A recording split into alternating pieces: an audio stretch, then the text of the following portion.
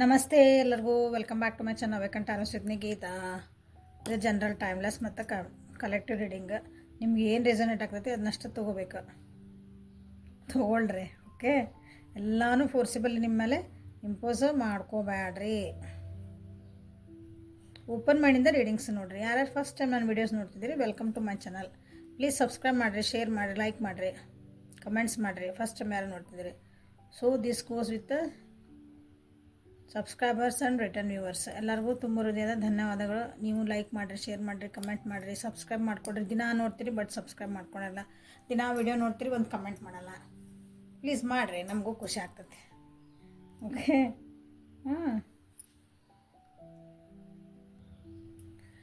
ನಿಮ್ಮ ಜೀವನದಲ್ಲಿ ಯಾವುದೋ ಒಂದು ಪರಿಸ್ಥಿತಿಗೆ ನೀವು ಭಾಳ ಹೊಡೆದಾಡ್ತಿರ್ತೀರಿ, ಅದರಿಂದ ಹೊರಗೆ ಬರಬೇಕು, ಸರಿ ಮಾಡಬೇಕು ಅಂತಂದು.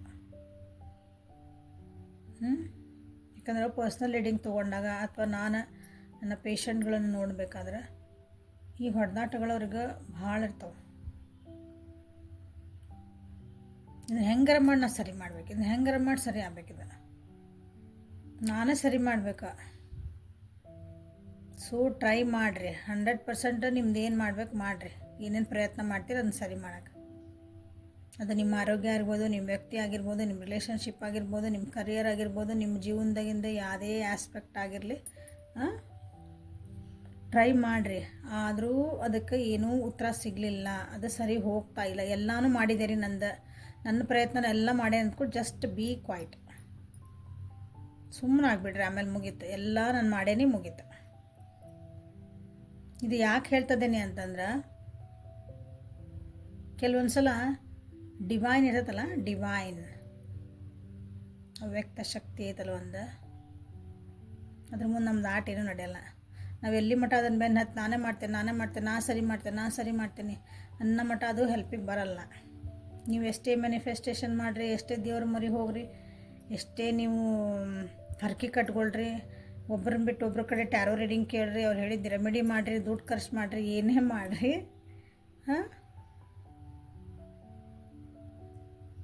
ನಿಮ್ದೆಲ್ಲ ಪ್ರಯತ್ನ ಮಾಡಿದ್ರೆ ಆಗಿಲ್ಲ ಅಂದಾಗ ಜಸ್ಟ್ ಬಿ ಕ್ವೈಟ್, ಸುಮ್ಮನೆ ಆಗಿಬಿಡ್ರಿ.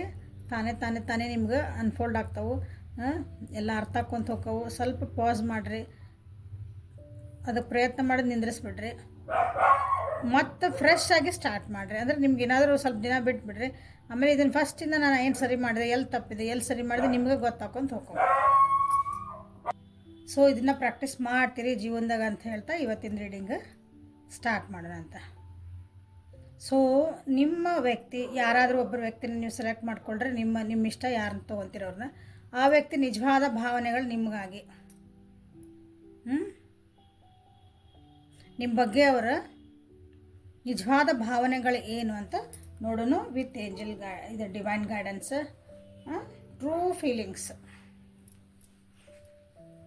ಸೊ ಯಾವ ವ್ಯಕ್ತಿನ ನೀವು ಯೋಚನೆ ಮಾಡಿ ಈ ರೀಡಿಂಗ್ ನೋಡ್ತೀರಿ, ಆ ವ್ಯಕ್ತಿದ 3 ಸಲ ಹೆಸರು ಹೇಳ್ಕೊಳ್ರಿ, ವಿಜುವಲೈಸ್ ಮಾಡಿರಿ. ಅವ್ರ ಜೊತೆಗೆ ಒಳ್ಳೆ ಕ್ಷಣಗಳು ಏನು ಕಲ್ತ್ರಿ ಅದನ್ನು ಯೋಚನೆ ಮಾಡಿರಿ. ಸೊ ನನ್ನ ವಿವರ್ಸಿಂದ ವ್ಯಕ್ತಿಯ ಟ್ರೂ ಫೀಲಿಂಗ್ಸ್ ಏನಿದಾವೆ ಇದ್ರ ಬಗ್ಗೆ. True feelings, page of swords, page of cups. Okay, ಏನು ಪೇಜ್ ಬಂತು ಇರುತ್ತೆ. 10 ಆಫ್ ಕಪ್ಸ್ ಇನ್ ರಿವರ್ಸ್, ಎಲ್ಲ ರಿವರ್ಸ್ ಕಾರ್ಡ್ ಇವತ್ತು.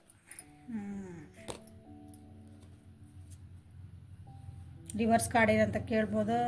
ರಿವರ್ಸ್ ಬಂದರೆ ಒಂದು ಉತ್ತರ ಹೇಳ್ತೈತಿ, ಅಪ್ರೈಟ್ ಬಂದರೆ ಒಂದು ಉತ್ತರ ಹೇಳುತ್ತದೆ. ಸೊ ಟ್ರೂ ಫೀಲಿಂಗ್ಸ್, ನಿಮ್ಮ ಬಗ್ಗೆ ಅವರಿಗೆ ನಿಜವಾದ ಭಾವನೆಗಳು, ಯೋಚನೆ ಹೇಳಾಕತ್ತಿಲ್ಲ, ಭಾವನೆಗಳು.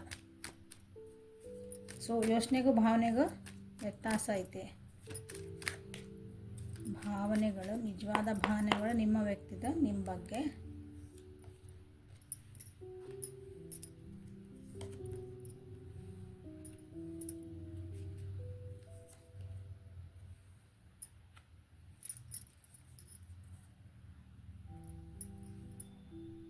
ಸೊ ನಿಮ್ಮನ್ನು ಭಾಳ ಇಷ್ಟಪಡ್ತಾರೆ, ಓವರಾಲ್ ಆಗಿ ಭಾಳ ಅಂದ್ರೆ ಭಾಳ ಇಷ್ಟಪಡ್ತಾರೆ ನಿಮ್ಮನ್ನ. ನೀವು ಲೋ ಕಾಂಟ್ಯಾಕ್ಟ್ ಒಳಗಿರ್ರಿ, ಸಪ್ರೇಷನ್ ಒಳಗಿರ್ರಿ, ಮಾತಾಡದೇ ಇರ್ರಿ, ನಿಮ್ಮವ್ರು ಬಿಟ್ಟು ಹೋಗಿರಲಿ, ಏನೇ ಮಾಡಲಿ, ಬಟ್ ಆ ವ್ಯಕ್ತಿ ನಿಮ್ಮನ್ನು ಭಾಳನೇ ಇಷ್ಟಪಡ್ತಾರೆ. ನಿಜವಾದ ಭಾವನೆಗಳು ನಿಮ್ಮ ಮೇಲೆ ಅದಾವು. ಬಟ್ ಮಾತಾಡೋಕ್ಕೆ ಅವ್ರನ್ನ ಎಕ್ಸ್ಪ್ರೆಸ್ ಮಾಡೋಕ್ಕೆ ಅವ್ರು ಭಾಳ ಹೆದರಿದ್ರು ಅನ್ನಿಸುತ್ತೆ, ಅಥವಾ ನೀವು ಹೆದರಿರ್ಬೇಕು ಅವ್ರಿಗೆ.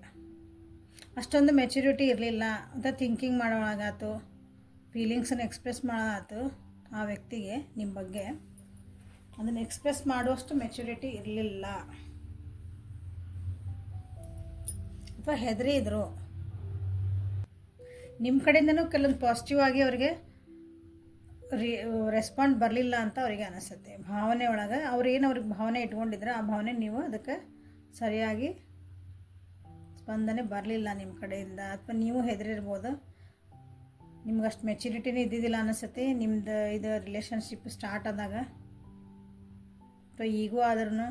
ಸೊ ಮೆಚುರಿಟಿ ಅಂತ ನಾನು ಹೇಳಿದಾಗ, ಪ್ರಬುದ್ಧತೆ ಅಂತ ನಾನು ಏನು ಹೇಳ್ತೇನೆ, ಅದು ಹೇಳಿದ್ದು ವಯಸ್ಸಿಗೆ ಸಂಬಂಧಪಟ್ಟ ವಿಷಯ ಅಲ್ಲ. ಇದು ವಯಸ್ಸು ನಮ್ಗೆ 50 ವರ್ಷ ಆಗ್ಯಾವ್ರಿ, 40 ವರ್ಷ, 30 ವರ್ಷ ಆಗ್ಯಾವ್ರಿ, ನಾವು ಮೆಚೂರ್ ಆಗೇವಿ. ಇನ್ನೂ ಜೀವನ ನೀವು ಹೆಂಗೆ ವಿಚಾರ ಮಾಡ್ತೀರಿ, ಯಾವ ಆಸ್ಪೆಕ್ಟಿಂದ ಎಷ್ಟು ಬ್ರಾಡ್ ಮೈಂಡೆಡಾಗಿ ಏನು ವಿಚಾರ ಮಾಡ್ತೀರಿ ಆಳವಾಗಿ, ಅದು ಕಾಲ್ಡ್ ಮೆಚುರಿಟಿ. ಓಕೆ, ನಿಮ್ಮ ಇಂಟ್ಯೂಷನ್ಸ್ನ ನೀವು ಫಾಲೋ ಮಾಡಲಿಲ್ಲ ಅಂತ ಅವರಿಗೆ ಅನ್ನಿಸ್ತತಿ. ಬಟ್ ಈಗಾದ್ರೂ ಅವರು ನಿಮ್ಮನ್ನು ಭಾಳ ಅಂದ್ರೆ ಭಾಳ ಇಷ್ಟಪಡ್ತಿದ್ದಾರೆ. ಎಲ್ಲೇ ನೀವು ಕೇಳ್ಬೋದು, ಇನ್ನಿನ್ನು ಯಾರೊಬ್ರು ಕಮೆಂಟ್ ಹಾಕಿರಿ, ನಮ್ಮ ಜೊತೆಗೆ ಮಾತಾಡಲ್ರಿ, ಹೆಂಗೆ ಮಿಸ್ ಮಾಡ್ಕೊತಾರೆ ಅಂದ್ರೆ, ನೀವು ಅವ್ರು ನಿಮ್ಮ ಜೊತೆ ಮಾತಾಡಲಿ, ನೀವು ಅವ್ರ ಜೊತೆ ಮಾತಾಡಲ್ಲ. ಸೊ ವರ್ಷ ಹೌದಾ, ನೀವು ಮಿಸ್ ಮಾಡ್ಕೊಂಡ್ರೆ ರೀಡಿಂಗ್ ಮಾಡ್ತಿರಲ್ಲ. ಮಾತಾಡಲಿ ಬಿಡಲಿ, ಆ ವ್ಯಕ್ತಿನ ನಾವು ಮಿಸ್ ಮಾಡ್ಕೊತೀವಲ್ಲ.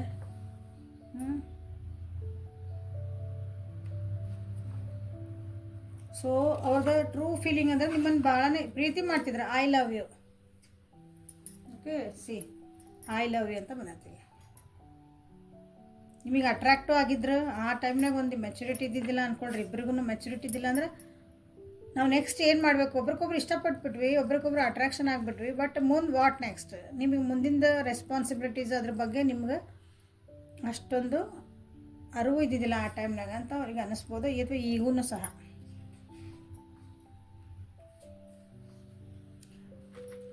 ಮನೆಯೊಳಗೆ ಏನಂತಾರೋ ಅಥವಾ ಸೊಸೈಟಿ ಒಳಗೆ ಏನಂತಾರೋ ಅಂದ್ಕೊಂಡು ನೀವು ಸ್ವಲ್ಪ ಹೆದರಿದ್ರಿ ಅಂತ ಅವರಿಗೆ ಅನ್ನಿಸ್ತತಿ.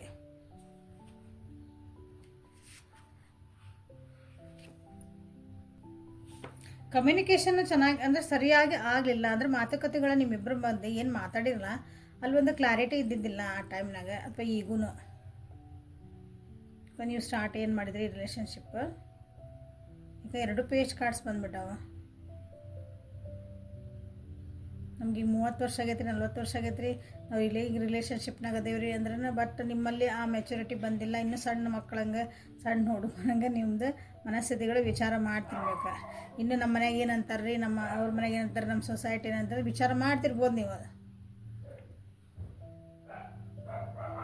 ನಿಮ್ಮನ್ನು ಭಾಳ ಇಷ್ಟಪಟ್ಟರು 24/7 ನಿಮ್ಮ ಬಗ್ಗೆನೇ ಯೋಚನೆ ಮಾಡ್ತಿದ್ರೆ, ಬಟ್ ನಿಮಗೆ ಅದನ್ನು ಹೇಳ್ಕೊಳಕಾತ ಹೆದರಿದ್ರು.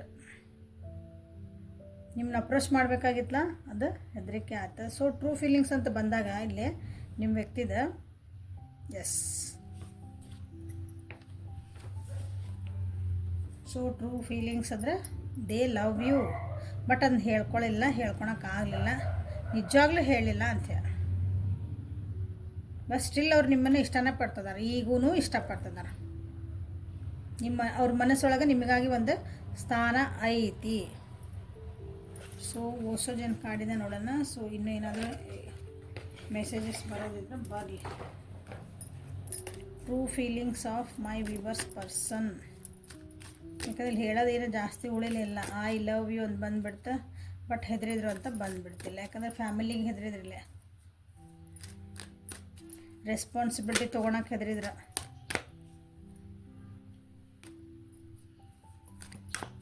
So true feelings of your person.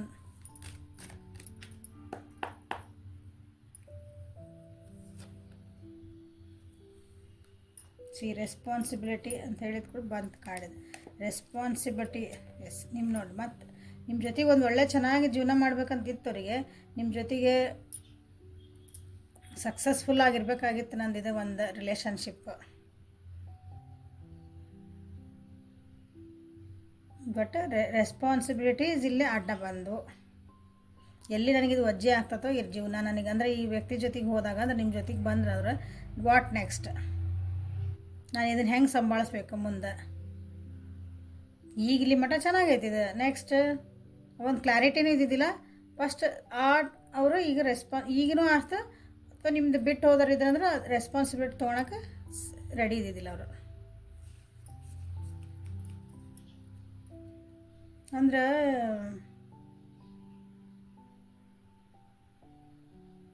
House ಆಗಬೇಕು, ಕೂಲು ಮುರಿಬಾರ್ದು ಅಂತಾರಲ್ಲ ಹಂಗೆ ನೀವು ಬೇಕು, ಬಟ್ ರೆಸ್ಪಾನ್ಸಿ ಬೇಡ. ಹಂಗೆ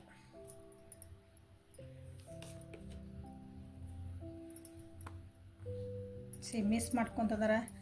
ಬ್ರೇಕಪ್ ಆಗಿರ್ಬೇಕಿಲ್ಲ, ಭಾಳ ಜನ ಬ್ರೇಕಪ್ ಆಗಿರ್ಬೇಕು. ಭಾಳ ಜನ ಅಂತರ ನೋಡ್ತಿದ್ರಿ ಬ್ರೇಕಪ್ ಆಗಿ ಅಥವಾ ನಿಮ್ಮನ್ನು ಬಿಟ್ಟು ಹೋಗಿರ್ಬೇಕು, ನೋ ಕಾಂಟ್ಯಾಕ್ಟ್, ಭಾಳ ದಿನದಿಂದ no contact. Yes, heart break ಅಂತೂ ಆಗೈತಿ, ಖಂಡಿತ ಆಗೈತಿ. ಥಿಂಕಿಂಗ್ ಕಾರ್ಡ್ಸ್ ಅಂದ್ರೆ ಭಾಳ ಯೋಚನೆ ಮಾಡ್ತಿದ್ದಾರೆ. I am thinking about you ಆಯ್ತಲ್ಲ 24/7 ಇಲ್ಲಿ. I can't stop thinking about in ಅಂದಾಗ ಥಿಂಕಿಂಗ್ ಕಾರ್ಡ್ಸ್ ಬಂದ್ರೆ ಯೋಚನೆ ಒಳಗೆ ಓದಿರಿ, ಭಾವನೆ ಒಳಗೂ ಓದಿರಿಲ್ಲ. ಒಂದು ಸರಿಯಾದ ಟೈಮ್ ಬರಲಿ ಅಂತಲೇ ಕೆಲವೊಬ್ರು ಕಾಯ್ತಿದಾರೆ. ಒಂದು ಸರಿಯಾದ ಟೈಮ್ ಅಥವಾ ನೀವು ಅವ್ರನ್ನ ಕೇರ್ ಮಾಡೋದು ಬಿಟ್ಟಿರ್ಬೋದು, ಅವ್ರ ಹಿಂದಿಂದ ಹೋಗೋದು ಬಿಟ್ಟಿರ್ಬೋದು, ನೀವು ಏನಾರು ಮಾಡ್ಕೊಳ್ಬಿಡೋದು ನೀವು ಬಿಟ್ಟಿರ್ಬೋದು ಈಗ. ಸೊ ಅದೊಂದು ಟೈಮಿಗಾಗಿನೂ ಕೆಲವೊಬ್ರಲ್ಲಿ ಕಾಯ್ತಿದ್ದಾರೆ. ಒಂದು ಅಪಾರ್ಚುನಿಟಿ ಯೂಸ್ ಮಾಡ್ಕೊಳ್ಳಿಲ್ಲ ಅವರು ನಿಮ್ಮ ಬಗ್ಗೆ, ಅದನ್ನು ಒಂದು ಟೈಮ್ ಬಂದಾಗ ನಿಮ್ಗೆ ಹೇಳ್ಕೊಳ್ಳಿಲ್ಲ, ಮಾಡಲಿಲ್ಲ ನಿಮ್ಮ ಭಾವನೆಗಳನ್ನು. So they are waiting. Okay, so ನಿಮ್ಮನ್ನು ಲೆಟ್ ಗೋ ಮಾಡೋಕೆ ಅಷ್ಟೊಂದು ಈಸಿ ಆಗಕತ್ತಿಲ್ಲ ಅವರಿಗೆ. ಇನ್ನೂ ಏನೇನು ಪಾಸಿಬಿಲಿಟೀಸ್ ಅದಾವೆ, ಇನ್ನೂ ಒಂದೇನೋ ಅಂದರೆ ಆಶಾ ಭಾವನೆ ಐತಿ ಒಂದು ಚೂರು. ಓಕೆ, ನೀವೆಲ್ಲೋ ಅವ್ರಿಗೆ ಮತ್ತೆ ಇನ್ನೊಂದು ಚಾನ್ಸ್ ಕೊಡ್ಬೋದನ, ಅವ್ರಿಗೆ ಮತ್ತೆ ನಾ ಹೇಳ್ಕೊಬೋದನ, ನಾವು ಮತ್ತೆ ಪ್ಯಾಚಪ್ ಆಗ್ತೇವನ.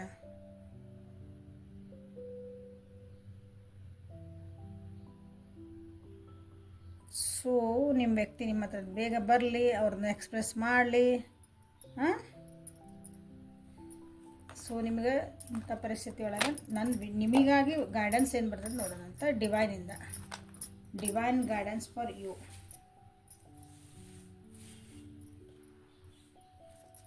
ಡಿವೈನ್ ಗೈಡೆನ್ಸ್ ನನ್ನ ಯುವರ್ಸಿಗೋಸ್ಕರ.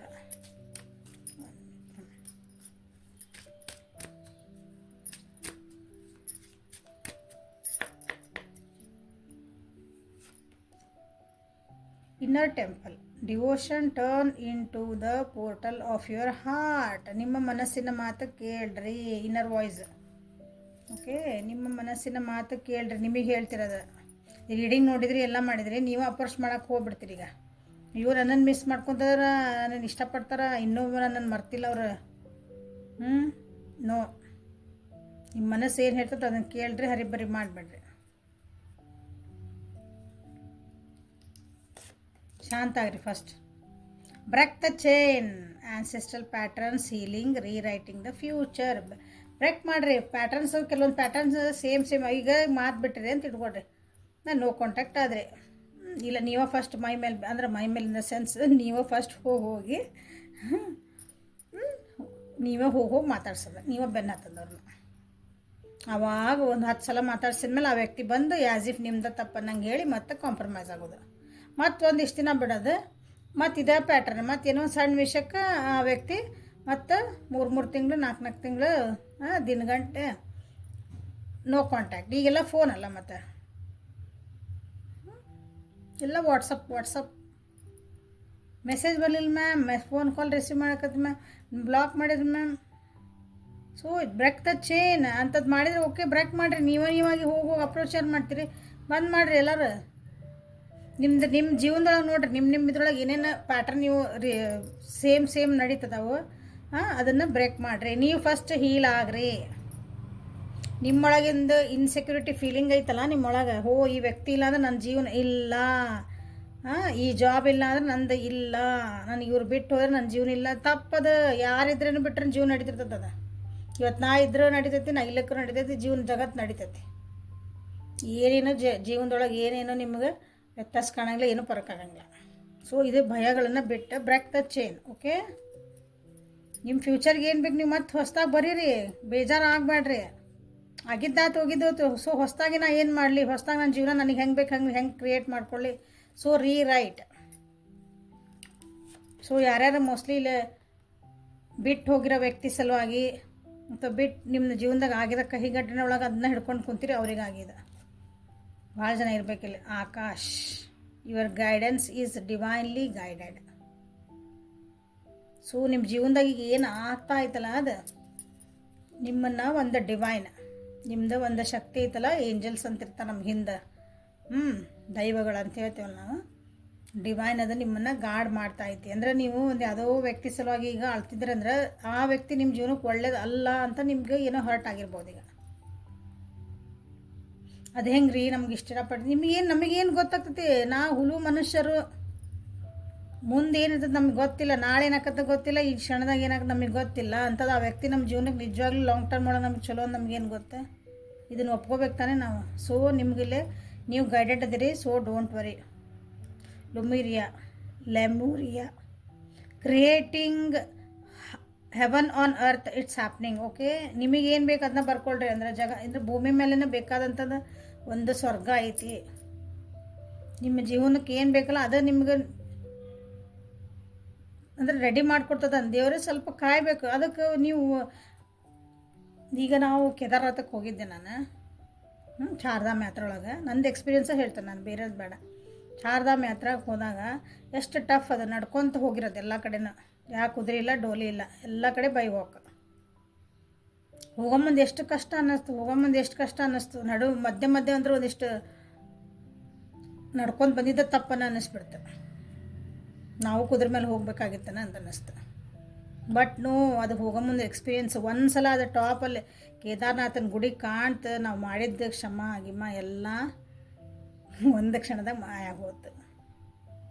ಹೌದಾ, ತಾಯಿ 9 ತಿಂಗಳು ಹೊರ್ತಾಳೆ ಮಗುನ.